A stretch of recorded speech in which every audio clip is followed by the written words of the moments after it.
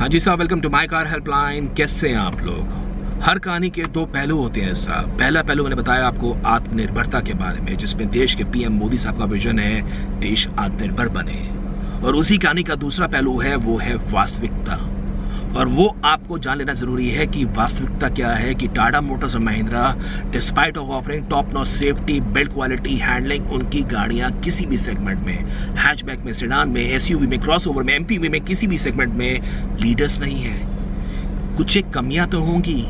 क्या ऐसी बात है कि मेक इन इंडिया होने के बाद भी, बहुत ही बढ़िया सेफ्टी आस्पेक्ट देने के बाद भी, बढ़िया हैंडलिंग देने के बाद भी उनकी गाड़ियां सेगमेंट को लीड नहीं करती हैं? और उसी वास्तविकता को आज डिस्कस करने वाले हैं। क्या समस्याएं हैं इन कंपनियों के मॉडल्स में। नंबर 1 स्टार्टिंग करते हैं रियल लाइफ से। और महिंद्रा की XUV 500 जब 2011 में लॉन्च हुई थी, trust me, it broke all sales record. 2 बार महिंद्रा को बुकिंग बंद करनी पड़ी। लोगों को लगा भाई फॉर्च्यूनर तक क्यों जाएं, महिंद्रा की XUV 500 आ गई है at almost 50% off the price. लेकिन साहब, इस गाड़ी के अंदर जो इनिशियल बैचेस थे, the customer have faced too many niggles, too many problems, कि महिंद्रा को पीरियडिकली XUV 500 को अपग्रेड करना पड़ा। देयर आर सेवरल, इंटरनेट में आप अगर सर्च करेंगे XUV 500 2011-2012 की जो प्रॉब्लम्स है, जो निकल्स हैं, लोगों को बहुत उसमें दिक्कतें महसूस हुई। टाटा मोटर्स की टियागो जब लॉन्च हुई थी, जो उसके गियर स्टिक पे साहब वाइब्रेशन थी, that was just too much. कांपता था gear stick. Same for Tigor also, despite of balancer shaft, Tigor में भी काफी सारी आपको वाइब्रेशन मिलती थी। इट टुक सेवरल ईयर्स, 2 साल लगे टाटा मोटर्स को आयरन करने के लिए, रिड्यूस करने के लिए इंजन के एनवीएच लेवल्स, जो गियर स्टिक पे जो उनका कांपता था, वो कम होने के लिए। और ज़्यादा दूर की बात नहीं है, अगर हैरियर की बात भी करते हैं जो 2019 में लॉन्च हुई थी विद फुल ब्लास्ट, 1 साल के अंदर टाटा मोटर्स ने हैरियर में काफ़ी मेजर एनहांसमेंट्स करे हैं। इंजन के एनवीएच लेवल्स में पावर सर्च कर दी है, स्टीयरिंग के अंदर इसके क्लच में ट्यूनअप किया है, गियर स्टिक में ट्यूनअप किया है, ORVM छोटे कर दिए हैं, और लोगों को एक बेहतर पावरफुल कार का एक्सपीरियंस मिल रहा है। But that's happened after a year. 1 साल पहले क्यों नहीं किया? ऑटोमेटिक ट्रांसमिशन 1 साल बाद आया है, और भी काफ़ी सारे माइनर ट्यूनअप्स करे हैं। तो साल भर पहले क्यों नहीं किए? जो लोगों ने इनिशियल बैच में कार परचेस करी, उनको लग रहा होगा हमें पावर भी कम मिली। जो उन्होंने टॉप एंड मॉडल परचेस किया, उन्हें लगा कि अब तो फीचर्स और बेहतर हो गए हैं, पैनोरामिक सनरूफ भी आ गया है, लोगों को ऑटोमेटिक ट्रांसमिशन भी चाहिए था, कि अब ऑटोमेटिक ट्रांसमिशन आ गया है। तो इनिशियल बैचेस में जो लोगों का एक्सपीरियंस है, that is somehow not the best. वो एक बड़ी बात है। Number 2 is about the petrol engine. क्या आपको लगता है कि टियागो का 3 सिलेंडर पेट्रोल इंजन Hyundai की grand i10 Nios, Maruti Suzuki Swift के पेट्रोल इंजन से बेहतर है?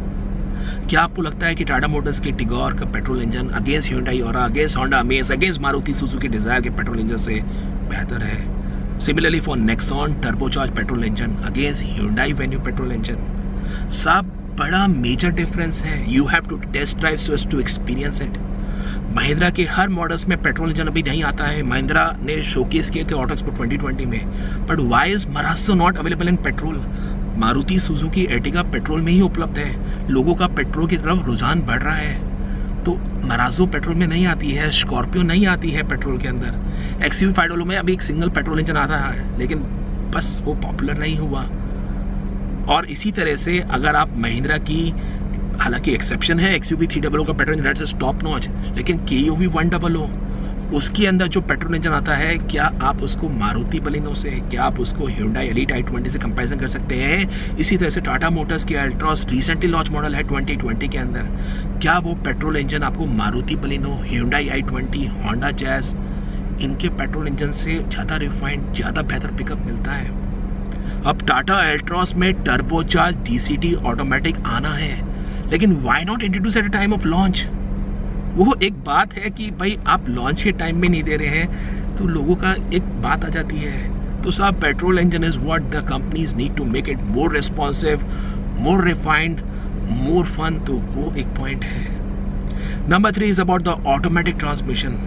अब हैरियर में कंपनी ने 1 साल बाद जाके ऑटोमेटिक ट्रांसमिशन दिया है, अच्छी बात है, पर अल्ट्रॉस में क्यों नहीं आया ऑटोमेटिक? क्योंकि मारुति बलिनो में आपको ऑटोमेटिक मिलता है, Honda Jazz में आपको मिलता है CVT ऑटोमेटिक, i20 में अब तक आता था, पोलो में आता है, तो व्हाई नॉट इन आपको टाटा अल्ट्रॉस?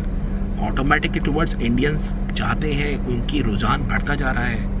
टियागो में जो AMT आता है, टिगोर में जो AMT आता है, क्या उसका रिस्पांस उतना बेहतर है? क्या टिगोर को AMT को आप होंडा की अमेज CVT से कंपैरिजन कर सकते हैं? हालांकि आप बोल सकते हैं कि टिगोर AMT का प्राइस कम है, लेकिन साहब जो इनकी AMT है उसके अंदर जो इनिशियल रिस्पांस है वो थोड़ा सा आपको स्लो मिलता है। हालांकि टिगोर AMT में जो पॉज इफेक्ट है वो कम है, उसमें एक स्पोर्ट्स मोड भी है, लेकिन जो इनिशियल रिस्पांस है that's on a slow side.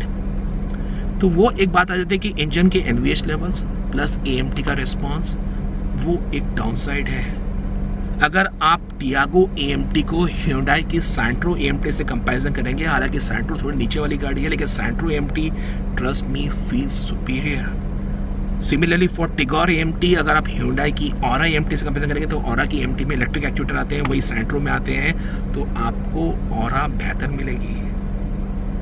Mahindra की कार्स में किस में ऑटोमेटिक आता है? XUV 300 के पेट्रोल में ऑटोमेटिक क्यों नहीं आता है? क्योंकि फोर्ड इकोस्पोर्ट में ऑटोमेटिक दे रहा है, मारुति सुजुकी ब्रेजा के ऑटोमेटिक में आ रही है, वेन्यू ऑटोमेटिक में आ रही है, लेकिन साहब XUV 300 डीजल के AMT में उपलब्ध है, पेट्रोल में ऑटोमेटिक में क्यों नहीं है?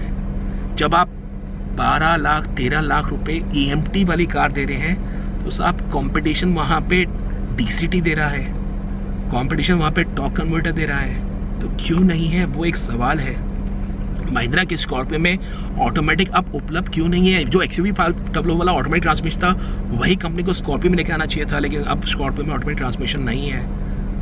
सवाल है इसके अंदर कि आपको जानना होगा कि ये कुछ कारण है जिसके कारण कंपनी लीडर्स नहीं बन पा रही है।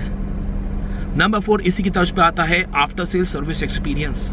आफ्टर सेल सर्विस एक्सपीरियंस के मामले में जो एक्सपीरियंस लोगों ने Maruti Suzuki, Hyundai, Toyota, Honda जो इन कंपनियों के मॉडल्स में एक्सपीरियंस करते हैं, क्या वो टाटा मोटर्स और महिंद्रा में ऑफर करते हैं? समहाउ वो सवाल है, और ये सवाल कंपनियों को आफ्टर से सर्विस एक्सपीरियंस और बेहतर करना होगा।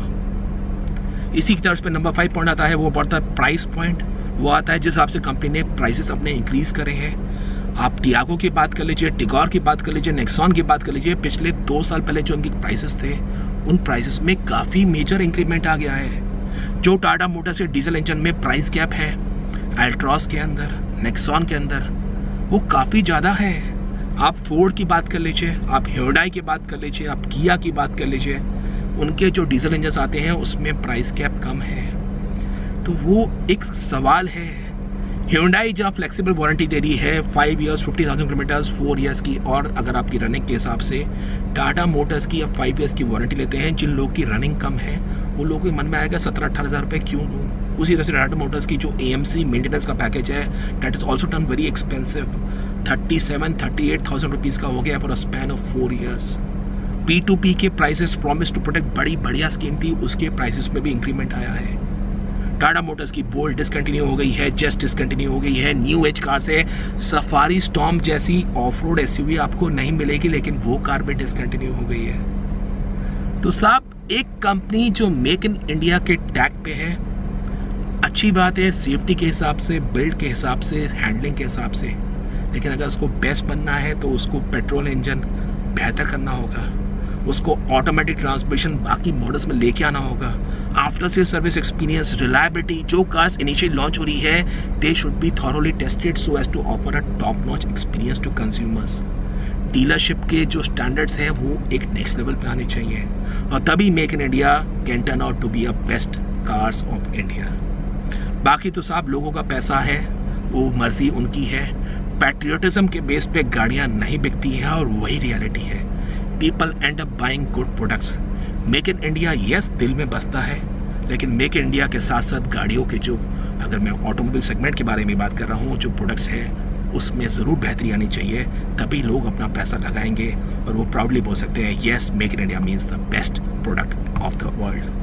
सो that was all about today session. If in case you find the video useful, video को अपलोड करिए, वीडियो को शेयर करिए, और चैनल माई कार हेल्पलाइन को अब तक सब्सक्राइब करें, चैनल को सब्सक्राइब करिए, और गाड़ियों के बारे में और कोई जानकारी चाहिए तो please do visit www.mycarhelpline.com। Thank you.